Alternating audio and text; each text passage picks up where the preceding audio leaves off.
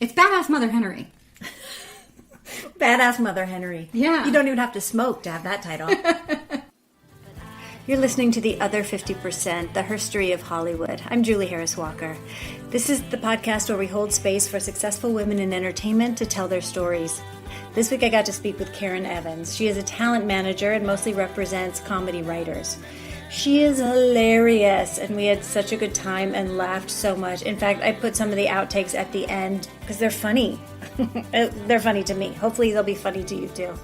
You can find us at theother50%.com, all spelled out, or on iTunes under the other 50%, 50%. I'm also on Twitter, other50%, PERCENT, and on Facebook, The Other 50%. And now we have merchandise. If you go to the website and click on the merchandise tab, it will take you to the shop where you can get The Other 50% mugs and t-shirts and things like that. Okay, here's Karen. Have a listen. What is your job? I am a talent manager, and I have my own business, and I decided I would call it Karen Evans Management. It's so creative. I know. What kind of talent do you manage? Currently, I manage some comedy writers and producers. So it's mostly sort of alternative comedy, which... What's that mean? That means lower paid jobs, basic cable channels you've never heard of, and Canadians. And Canadians. Take us all the way back to the beginning of your career, please. Okay. How did you start? I was a small, cold child in Canada. Are you Canadian? Yes. I never knew. Oh, we have a lot to talk about. Yeah. Especially... A lot to talk about. I don't know if you've noticed a boot. I don't know if you've noticed my safety pin, but our timing to talk about ladies' rights is time now. It's time. I did notice your safety pin. I'm a safe house for any immigrants. It's important. Well, I came from Canada, and I kind of knew that racism was kind of there in the underbelly of America, because we don't really have it as much in Canada. I know Canada's a nicer nation. No, it's not nicer. We just learn in school. There's actually, we learn that America is a melting pot and Canada is a mosaic. And we actually study that in school, the differences of our society. Oh, tell me more. When you emigrate to Canada, you are encouraged to keep your language, to keep your culture, to just blend in the best way you can. If you emigrate to America, you're told immediately, you need to learn the language, lady. And you need to become American. But when you come to Canada, you're welcome to be who you are. My husband is off the boat from Italy. His mother has been there now for 50 years and still doesn't speak much English. But she can listen to her Italian soap operas on the radio, because there's an Italian soap opera language network. And she can shop in her Italian shops, and she doesn't really have to. She's a very proud Canadian. What a lovely way to put it. It's just a different society. Mm-hmm. Yeah. So that's sort of what I grew up knowing. And where in Canada? Actually, across the river from Detroit.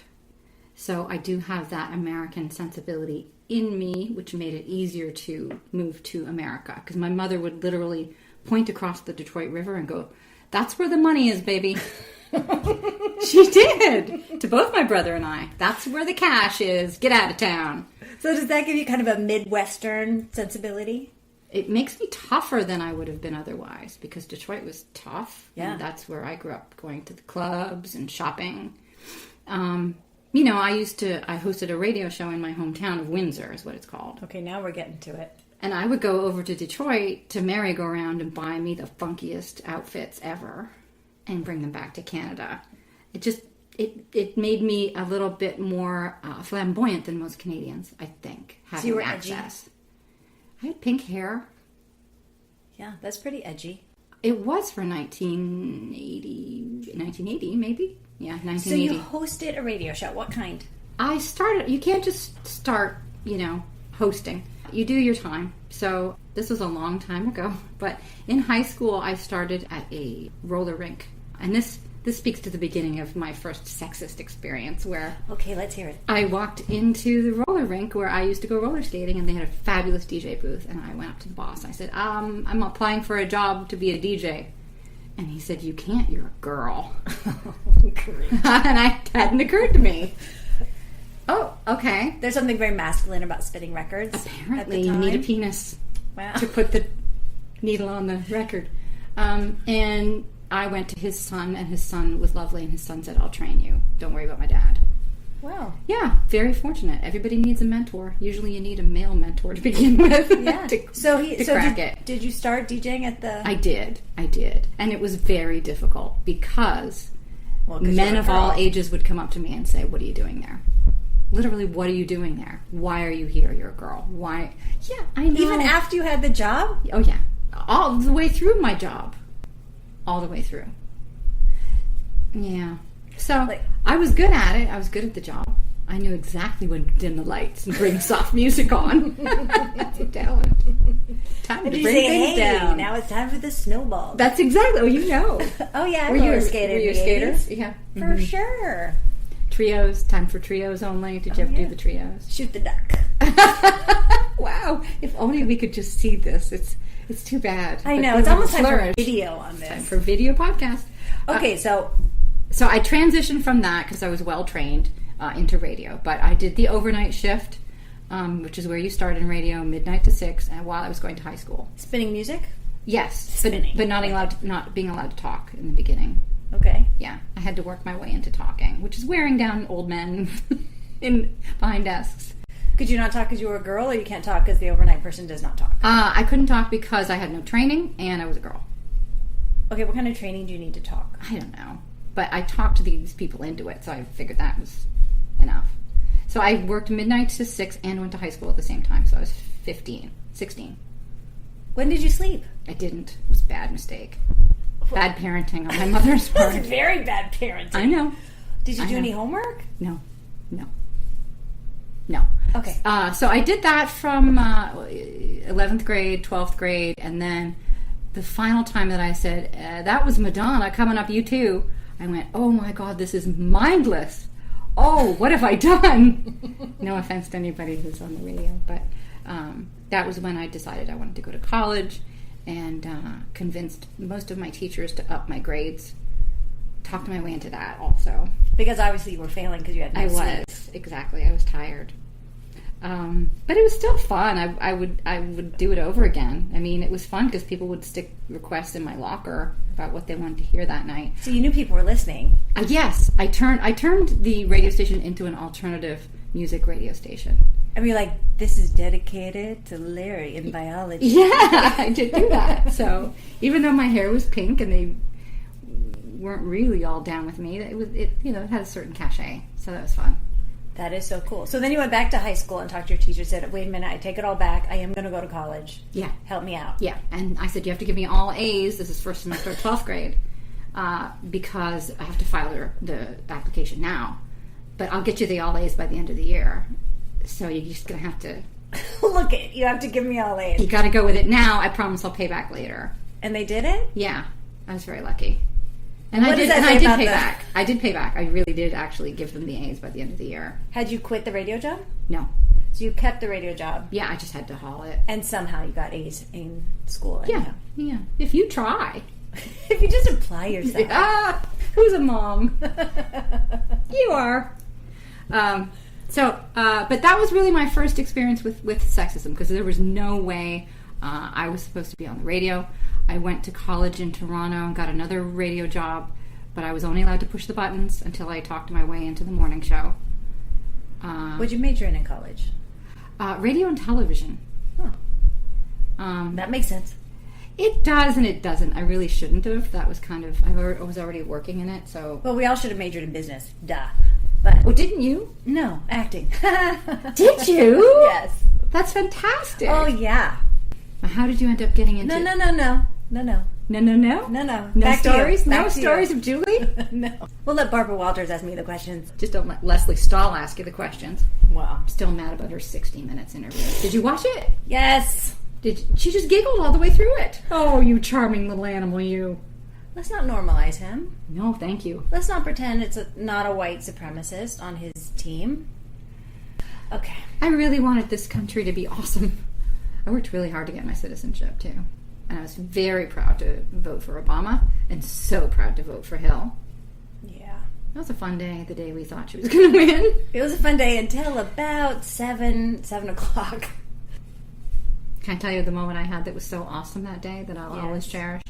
I had my pantsuit on and I just voted, and I went to Trader Joe's, and another lady who was my age also had a pantsuit on, and I just voted. And then over the loudspeaker in Trader Joe's, I am the warrior. Bang, bang. Yeah. And we both started singing at the top of our lungs. We didn't even know each other with our shopping carts. I love it. It was a beautiful, beautiful scene. Pantsuit Nation. It felt that way in a Trader Joe's. Oh, that's the name of your book. Pantsuit Nation in the Trader Joe's? Yes. Do it. You heard it here first. Don't steal it. Anyway, that was a beautiful day. There needs to be a Pantsuit Nation podcast of people telling stories like that. Okay, can you produce it for that lady who started it? Yeah, maybe I should reach out to those ladies. Yep. I was thinking about that today. Yeah. They need a Pantsuit Nation podcast. Produce it. Okay. See how much of a talent manager I am? It's ridiculous. I can't stop telling people what they should do. You just made that happen. Well, I'm not going to make it happen. I only come up with the ideas. I don't actually make it happen. I actually had the idea. I just told you the idea. And I told it back to you in a way that made it sound like I had the idea. See how talent management works?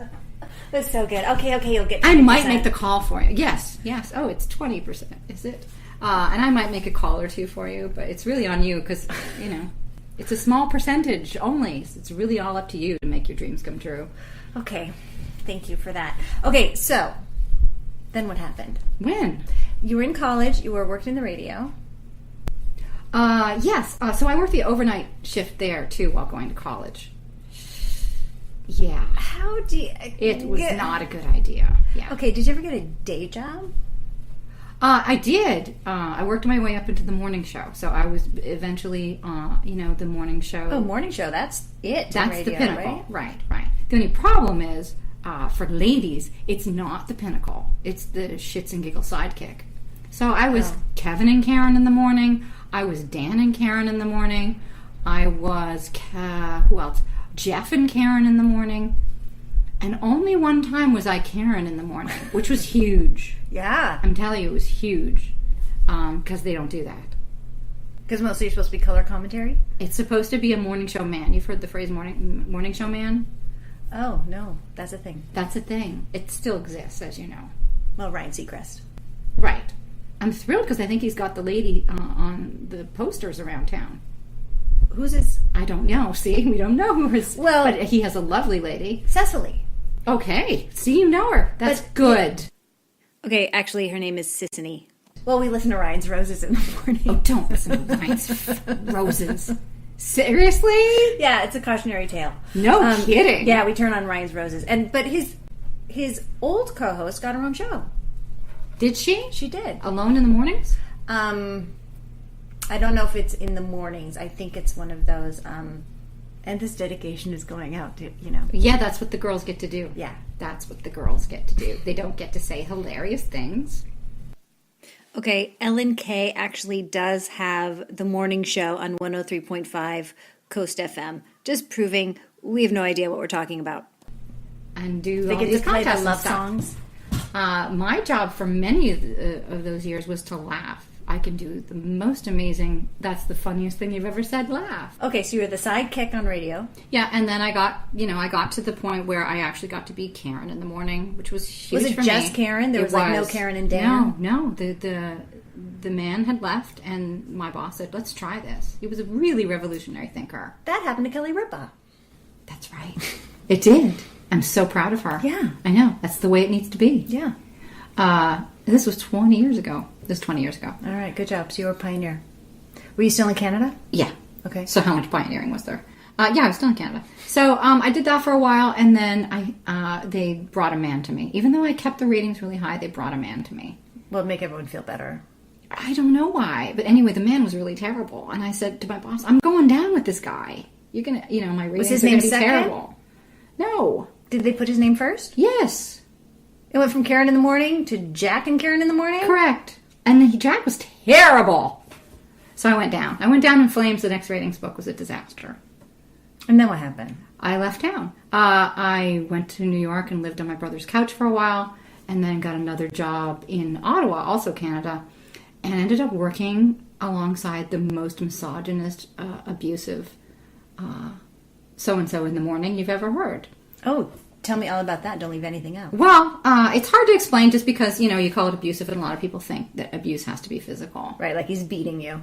Right. So it's not legitimate. It's not legitimate to a lot of people that there's such a thing as verbal abuse. Anyway, I lasted a year, and the next girl who came in my spot after, I warned her about it. She had a terrible experience with him. Warned the next girl. The next girl ended up having a really nervous breakdown. So the three of us ended up filing a lawsuit. Oh, and did you? Yes. That was my next question. We won. Mind you, he didn't lose his job. Of course not. He but kept they it paid for many you? years. They did. He kept it for many years. Did he change his behavior? Oh, no. Even after? Right. There's an entitlement to morning show men that just I don't think will ever go away. I listen to morning shows here in LA, and I can tell who's I wouldn't want to be sitting next to and who's actually a good person. And this is just gut and guess. I'm not going to name any names, but you can tell. You can tell. Okay. It is. So cut to, I left the business entirely. I hit the glass ceiling. Mm-hmm. I ended up in a pretty difficult situation when I tried to come back for more. And you learn your lesson. You mean after the lawsuit, you couldn't get hired? I didn't want to. It was really a terrible situation where I didn't feel like I could perform anymore. Yeah. So it was terrible. Yeah, it was hard. I transitioned into something that was interesting and fit my personality, which is talent manager, which at the time my husband was in a comedy troupe, and they came to me behind his back and said, could you carry this briefcase and go into meetings with us? Huh. To what end? Well, they wanted a TV show. One of the guys was the younger brother of one of the guys in Kids in the Hall. Uh-huh. And they'd seen the success of Kids in the Hall, and Kids in the Hall were very mentory to my husband's comedy troupe, which was so lovely. What was it called? The Vacant Lot. Mm-hmm. And so they asked me to carry a briefcase and represent them in meetings, and so I did. And it was a great experience for me. I knew nothing about it, except that I can be a very, very much a mother hen when I want to be. And I loved all these guys, and so I wanted the best for them. And I can also talk. So the talking worked pretty well. So did you walk in and say, oh, yes, I'm their manager, and yes, let's talk about their deal? No imposter syndrome there. Yeah.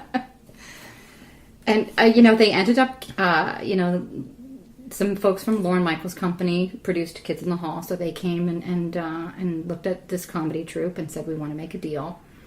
And so, I went to New York and got them signed with William Morris and got them a really wonderful attorney. And so you made their deals? Yes. I mean, I don't directly make deals. I get lawyers and agents to make deals, but I put the team together that would make their deal and would oversee their deal. So did you just figure that out as you were doing it? And it was the most complicated deal now 20 years later I've ever done, because it was 2 cable networks and a network in Canada all wanted windows. It was a tri-window buy. It was MTV, Comedy Central, and CBC in Canada. And I'd never, ever had any experience with it. So I thought they were all this complicated. So you just faked it? Of course. And you did it? What choice did I have? And then did you get more clients? Yes. The clients came because they were, friends of these guys. Or in the community in Toronto. I was still in Toronto at the time. Okay. So, I became sort of an underground railroad for Toronto comedy for a while. Just, I ended up setting up an office in New York at Lorne Michaels' office and had, a good good amount of comics. Okay, back it up. Was that a rewind sound? Yes. I'm not sure. That was a rewind. Or a stroke. So let me know if you need my assistance. I'm wearing the pin. I'm good. That was just a rewind. Because you just very casually said, I set up offices in Lorne Michaels' office and it represented comics. Yeah. Let's unpack that a little bit. Okay. Well, I did, figure out how to make this deal, and then had people that were very talented contact me, and had the goods. Had really talented people. Because someone said to their buddy, oh, how'd you get that deal? Oh, well, Karen negotiated that for me. Yeah, and I was in Toronto, and these were all Toronto guys, so I was just down the street, at the time, and then set up offices in New York and found immigration lawyers and all kinds of things. So you got the Toronto guys into the New York market. Yeah. Yes. Wow, good job. Thanks. It was it was fun at the time. Now, were you getting them on Saturday Night Live? Were you getting them stand-up gigs? What do we know these people? No, because none of them got famous. Not really. I mean, they're all working, and they've all continued to work, but they're not famous names. It's not Jim Carrey. No, he never called. I left him messages. No, I mean, the showrunner for Mad TV, really amazing guy that I still work with today, and then another writer that was under him, and then a writer who was American who I got on Weekend Update, and Tom Green and Jackass, and all kinds of alternative comedy shows is really what I've sort of been doing with my time. I had comics for a while, stand-up comics, and then I could not handle the club life as a woman. Why? Some people can. There are some amazing female talent managers, and chapeau off to them that they're doing it, but I couldn't. It just didn't feel comfortable for me. What does a club manager have to do that's different from booking people on? Get them time, and get them the right time at the right club. And what's yucky about it? I'm not that aggressive, and I'm not able to really. Well, also a lot of club owners they're in a club of men. It's a boys' club. Yeah, yeah. It's funny. My first foray into America was I had this stand-up comic who got the HBO Young Comedian special in Aspen. We were flying to Aspen to do this big HBO special. On the bill was Louis and Dave Chappelle. Louis was, 25, and Dave Chappelle was 25, and my client was on this bill, and it was my first sort of foray into American stand-up culture.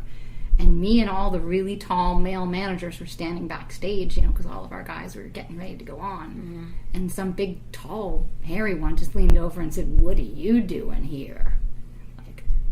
He said, "Where did you come from?" Wow. Ew. Well, I represent this fella who's about to go on. Is my client, and I'm here to manage him. Nice to meet you, sir. I think I said, "Nice to meet you, good sir." Hi, I'm Kiki. What's going on, guys? And I'm 5'1", and not hot. So it was just like, who's the little librarian back here? She doesn't belong here. It was really an instant, ooh, shit, I don't belong here. So it was at that point that I had a lot of stand-up comic clients that I turned into writers. They all meant to be writers anyway. That's what they should have been doing in the first place. Absolutely. Yeah. And so that worked out for all of us, I think. You just influenced them into their proper place? I did. In the entertainment? That's what I do. So the managing over the years, just to be really all over the place, has been sort of, I'm fluid. I go with the times. When there was a writer's strike, I was all about hosts.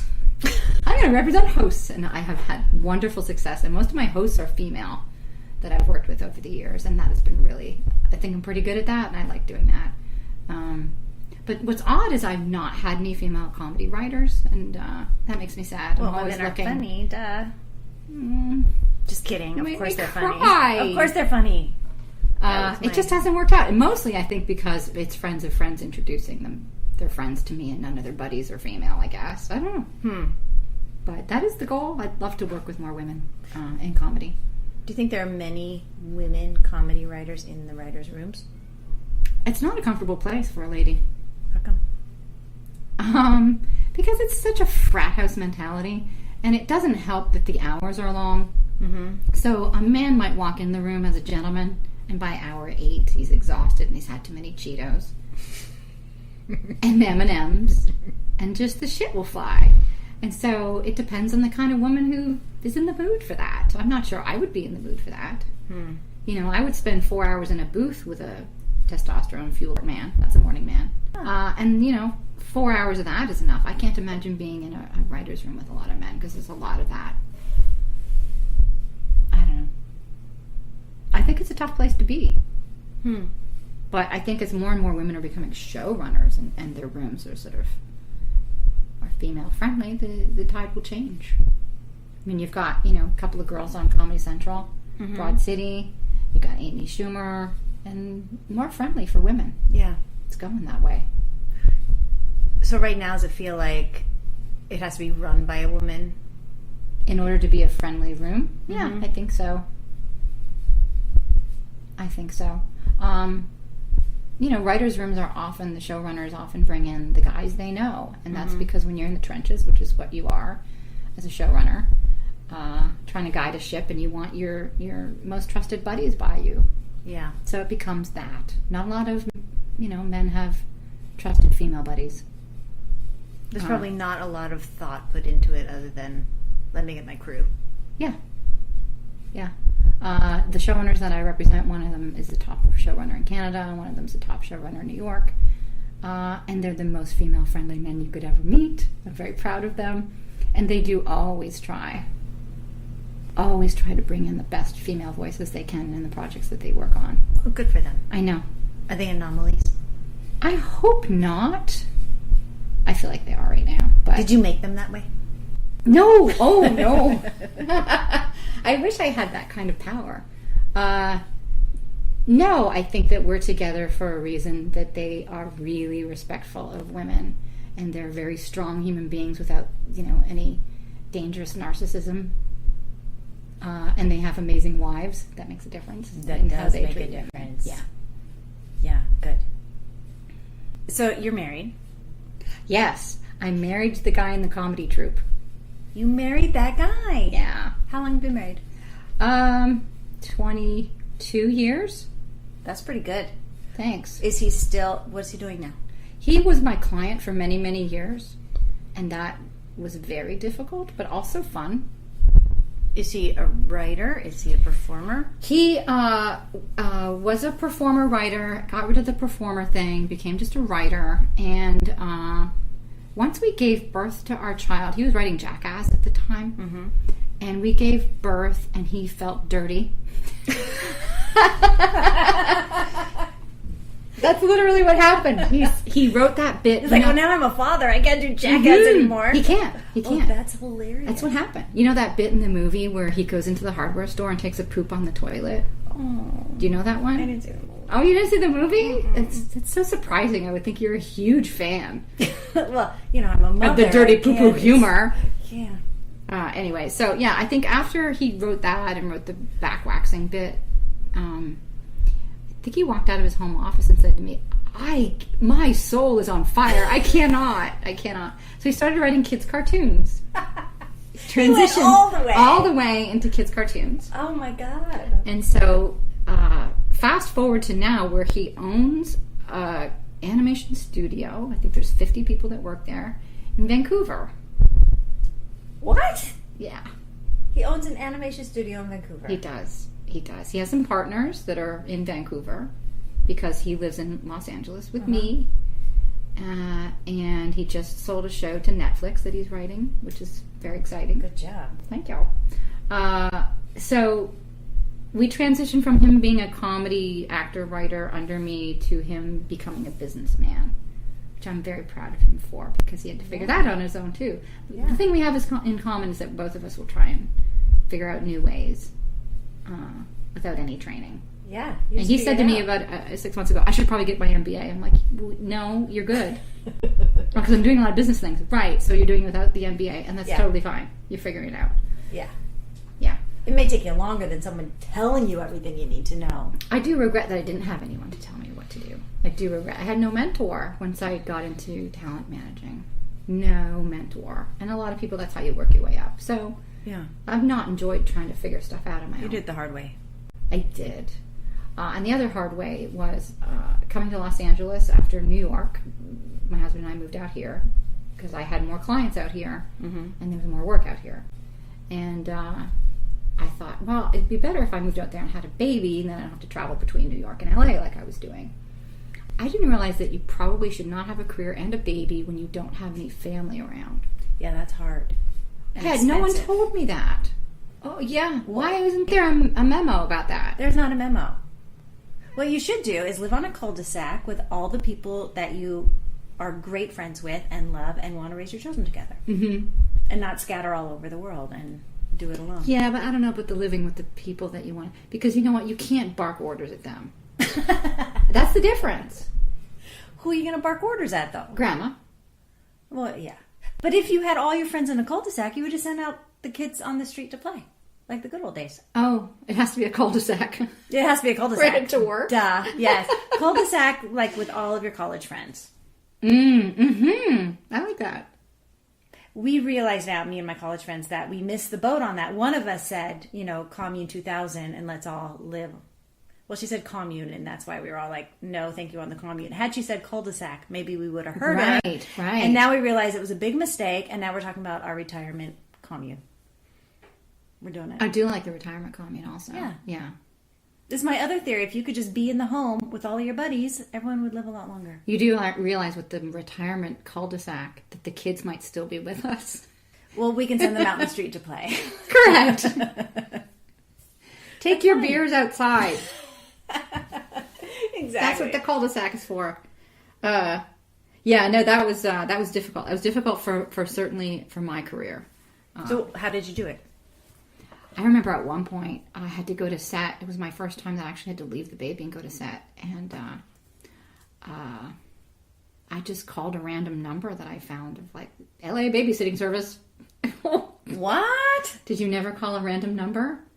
No. To look after your baby? I did once. I had a corporate emergency babysitting service. Some agency. I called them one time. Yeah.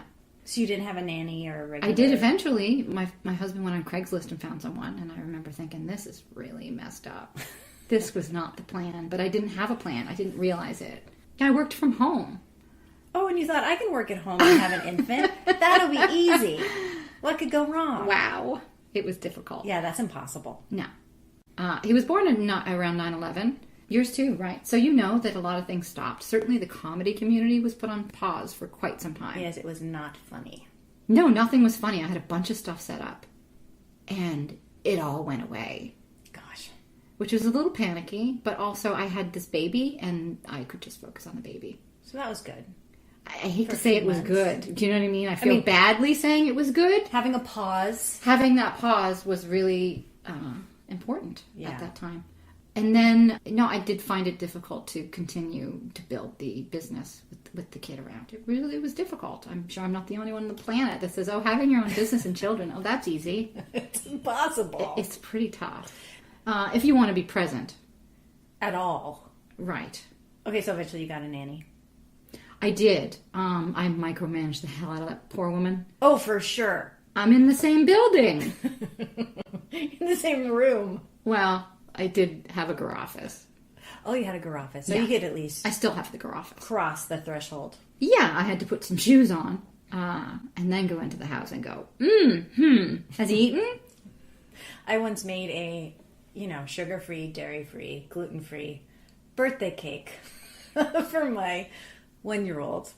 You were on point. Oh, yeah. So my nanny had all the neighborhood nannies and all the neighborhood babies over for the birthday party. And all the nannies laughed at me so hard about that birthday cake. And one of them was brave enough to say, "You made that cake for yourself, lady." Are you serious? No one was eating the sugar-free. Right, right. Yeah. They all just laughed at me and passed around cookies. You're so LA. Wow. Yeah, so they put me in my place real quick. They were not they wanted to serve sugar to the 1-year-old. Yeah, they were not having it. My nanny was the boss of me from the first day, pretty much. Well, yours probably stuck around. Mine left. Mine left when he was 2, and she said, she was maybe 60. She said, "I can't chase around a 2-year-old. I'm done." I said, she was lovely. But I went, and so I tried to get him into a bunch of different preschools, and they kept being subpar preschools, and he wasn't having it. So what'd you do?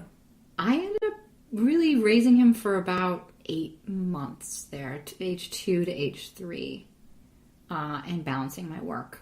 Yeah. And I still have gray hair from it.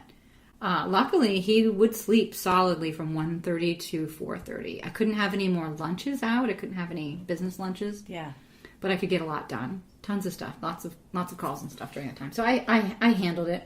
My husband was working out of the house at the time. So I handled it until he started preschool at age 3. Yeah, it was just all a balance, an insane balance. It's such a big puzzle you got to figure out.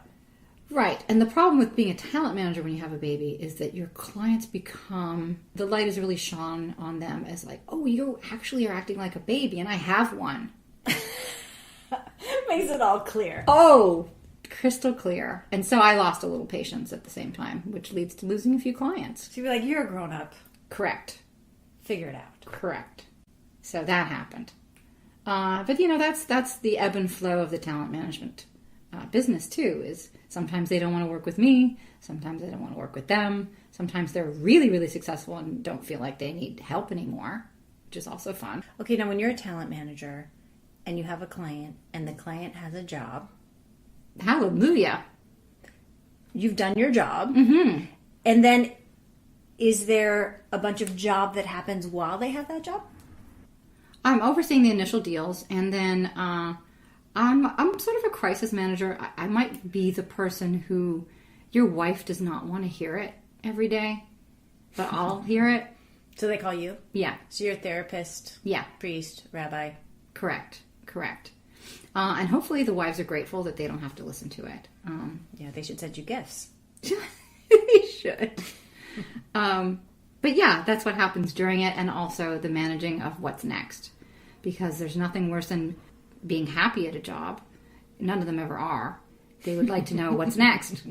What's next when this all crashes and burns? Like, I just made you a 5-year deal, man. Relax. Yeah. No? Never works out that way. No, it's all about what's next for me. And so they want to make sure that I'm ears to the ground. So you're on it. Mm-hmm. What's your relationship with agents? Some clients have agents and some clients don't. If I'm developing them and they're young still, they don't have agents. Because agents don't really want to represent people that are unemployed or just starting out. They want a good resume before they'll take them on. But there are some agents that I've really enjoyed working with over the years, and some that are difficult to work with, but we persevere. So are you submitting people for auditions and things like that? I used to. I don't have actors anymore. Sometimes I do and sometimes I don't, but it's not my focus. My focus is comedy writers. So mostly writers. Mm-hmm. Men and women? No. Men? Yes. All men? Yes. Wow. I told you, call me if you're a hilarious female writer, preferably Asian. These are the calls I get. I swear to God, the calls I get are, "Do you have a young, hot Asian comedy writer?" No, but I have very. I'm adding the hot, but that's inferred. No, I have incredibly experienced, possibly elderly, seasoned white writers. Oh my gosh. Okay, so you are not helping the diversity problem.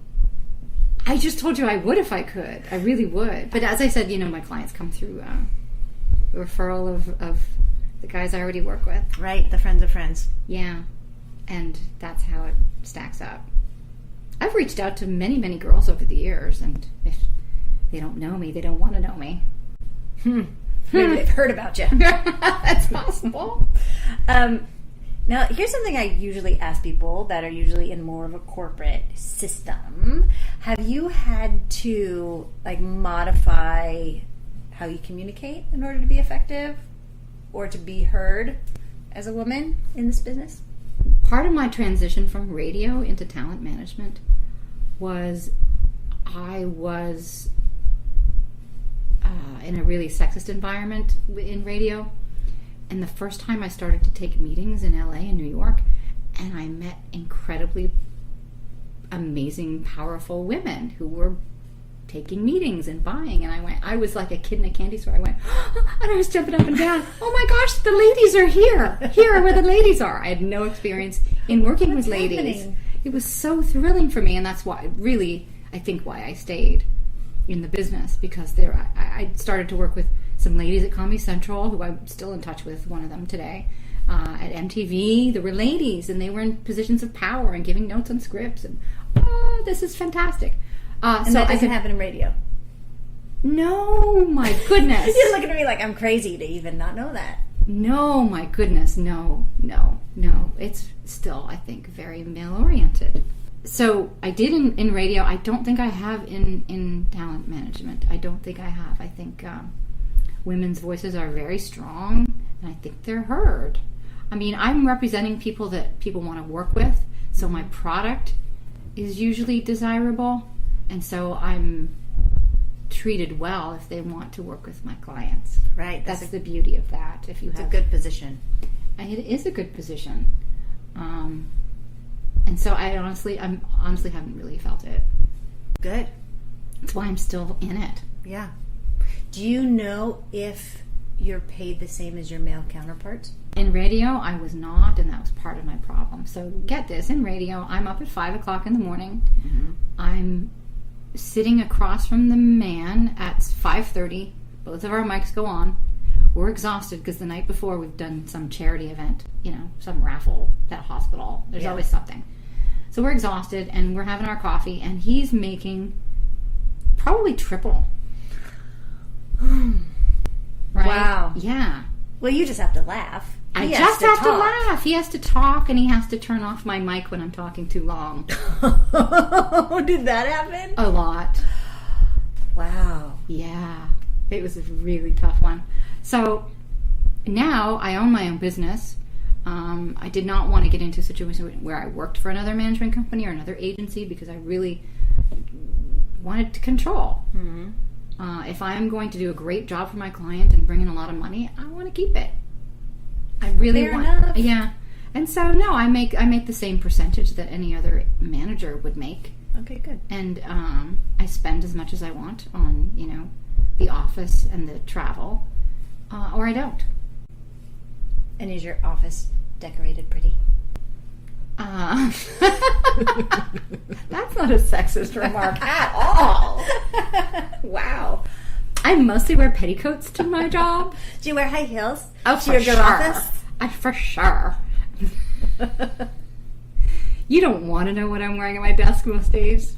It's remarkable. Because the beauty of working for yourself is you can put on some pants and go to your smart meeting and then take them pants off about an hour later. Yay! That was fun. It's perfect. Yeah. My office is very basic, I'm going to say. The best part about my office is the dog that sits next to the desk. Oh, that's so nice. That's lovely. What kind of dog? Very old, 17 years old. What kind? Oh, a Docker? What's that? Making that shit up. It's a Dachshund meets a Cocker. Oh. You're going to have to show me a picture. Of many. Okay, great. That's something to look forward to. Okay, I was kind of kidding about the office question. That wasn't even a real question. That was funny, though. Gotcha. Your office pretty. Do you decorate it nice? Because you're a girl. And things, aesthetics are important. Why do you think so many men think that women aren't funny? I mean, did you see Bridesmaids? I did. I thought Very that was funny. hilarious. Have you met Melissa McCarthy? I mean, how can people still say that women aren't funny? Because we still live in a very misogynist society. What? What? The white man still rules. I think that's pretty much it, I found both in TV and in the feature world that it's not run like any other regular business. It's not. No, in terms of what decisions are made for financial goodness. Mm-hmm. Not necessarily how it's going to go. Do you think it's people sincerely think women are funny, or they don't want to give up that power in that position? I think women think women are funny. Oh, but that doesn't matter. Women don't But buy anything. what we do buy movie tickets. We do watch television. We do kind of buy There's some everything in really, the world. yes, we do. There's some great female television going on right now. Yes. Very exciting. Catastrophe and Fleabag. Really exciting times for women. Yes. So I think you can see it getting better. I don't know whether it's Amy Schumer or Melissa McCarthy really turned it. And Tina Fey and Amy Poehler. Oh, yeah. And Okay. Mindy Kaling. Okay. I mean, we can name a bunch. You're right, we just did. You did. Wow. You got it going on. Yeah, I think it's different now. I really think it's growing. Mm. It wasn't when I first started, that's for sure. But it's definitely growing. Are you a success? Oh, that's such a loaded question and so mean.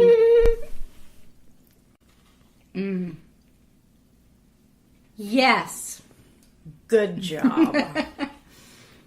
Are you a badass? I am less badass than I used to be, regretfully. What does badass look like? Well, pre-motherhood, with my long Benson and Hedges cigarettes.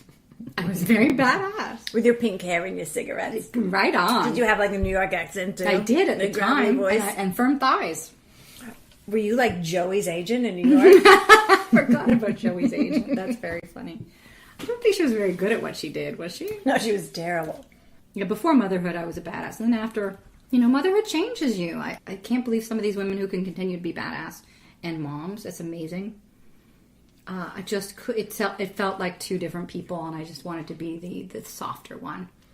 I still represent the clients that I love today, like a badass, because it's a mother hen instinct. Like when they really want my clients to do something that would take a lot of their time away from their family, or not pay them the amount that they deserve after working so hard. I'm a badass because I won't put up with it. Yeah, and people are cheap. And they want what they want, and they don't get it from me, from my clients. That's badass. Yeah. It's badass Mother Henry. Badass Mother Henry. Yeah. You don't even have to smoke to have that title. Thank you so much for doing this. Thank you, Julie. It's been so much fun. You've been listening to The Other 50%. I'm Julie Harris Walker. I'd like to thank Karen Evans for sharing her story. And special thanks to Jonathan Lucas for editing, Jay Rowe, Danny Rosner, and Allison McQuaid for the music. Please find us on iTunes and subscribe and leave a review, and on our website, theother50%.com, all spelled out, for added features and bios of our guests. And of course, coffee cups and t-shirts. You can also follow us on Facebook under The Other 50%, the numbers and the percentage sign, and on Twitter as @other50%. Thanks for listening. See you next time. Have you worked the whole time of your life? Could I say that question again? Have you worked the whole time of your life? That's a beautiful song. That sounded so stupid. Do you want to do it again? Yes, I want to do it again. Can I do my whole thing again? Yeah, can we start over? No. You've done great. Do you want to do this forever? Oh, this?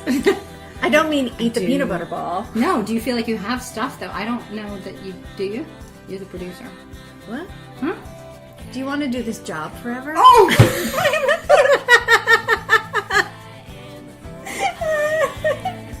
Because this is feeling like a little forever.